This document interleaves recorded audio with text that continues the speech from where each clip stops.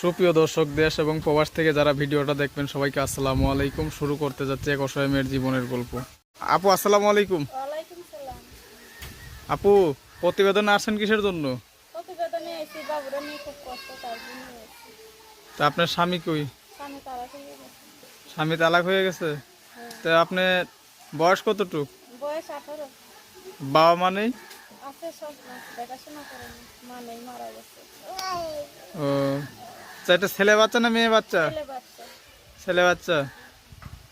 তাহলে আপনি যে প্রতিবেদনে আসছেন, আপনার স্বামী কিছু বলবে না? স্বামী নাই তো, তালাক হয়ে গেছে, তার জন্য তো খুব অভাবে করে এসেছি। বাচ্চারা নিয়ে চলতে খুব সমস্যা হয়। তো অনেক সমস্যা হয়। তো ভিডিওর সামনে যে আসছেন আপনি, কিন্তু ভিডিওর সামনে কি আশা করে, কি উদ্দেশ্য নিয়ে ভিডিওর সামনে আসছেন? এখন ভিডিওর সামনে আইছি যদি ভালো একটা মনের মতো মানুষ পাই, যে আমার বাচ্চারা দায়িত্ব নেবে, পাশে থাকতে, এরকম মানুষ যদি পাই, আমার বিয়ে শাদী করতে চাবে যদি হয়, তাইলে আমি রাজি আছি।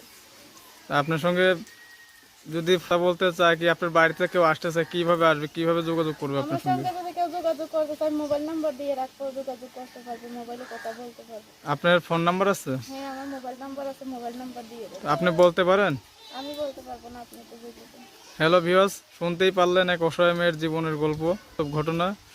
আমি নাম্বারটা বলে দিচ্ছি, নাম্বারটা, আর যারা যারা যোগাযোগ করবেন তার সঙ্গে এই নাম্বারে যোগাযোগ করতে পারেন। আমি নাম্বারটা বলে দিচ্ছি ভিউয়ার্স, আমি নাম্বারটা বলে দিচ্ছি, যারা যোগাযোগ করবেন এই নাম্বারে যোগাযোগ করবেন 01762641315, 01762641315।